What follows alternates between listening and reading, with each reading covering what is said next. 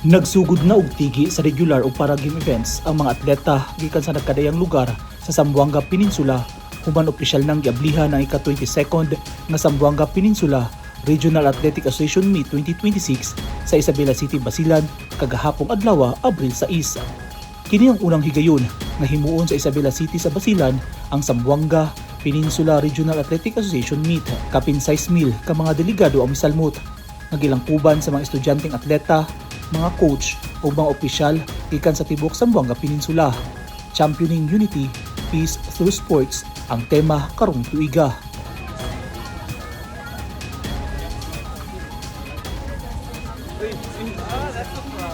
Isip kabahin sa opening ceremony, dunay gihimong fluvial parade nga nagpakita sa garbo ug panagiusa sa kultura sa rehiyon. May partisipar dinhi ang mga delegado gikan sa Zamboanga del Norte, Dipolog ug Dapitan City, Sulu, Zamboanga City, Pagadian City, Zamboanga Sibugay, Zamboanga del Sur ug Isabela City. Matag grupo nagpresenta sa mabulokon nga dekorasyon sa sakayan kun bangka nga nagrepresenta sa kultura sa mga komunidad sama sa Subanen, Chavacano ug Tri-People concept.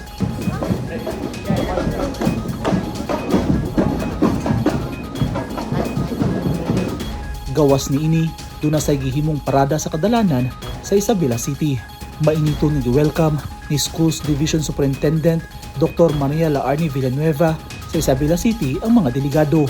Today, all those moments of hope and perseverance have culminated in this historic occasion. Finally, Isabela City stands proudly as the host of this prestigious sports event. Isaiah 60:22, when the time is right, I, the Lord, will make it happen. This milestone is not just about hosting. It is about creating history and making memories that will inspire generations to come. Sa mensahe ni Mayor City Jalia Turabing Hataman, garbo sa Isabela City na mag-host sa usa ka dako nga regional event sama sa Zipraa ug gihulagway niya kini isip usa ka damgo nga kaniadto imposible nga mahitabo apan nahimong posible tungod sa panagiusa, determinasyon ug kolektibong paningkamot. Lahat-lahat po ng mga Isabelenyo at Basilenyo, maraming salamat. Maraming salamat din po sa mga magulang ng mga atleta sa tiwalang ibinigay ninyo sa Isabela Basilan na pangalagaan ang inyong mga anak. Dugang sa mayor, labaw pa kini sa sporting event. Usa kini ka testamento kung kinsa kita isip usa ka tawo.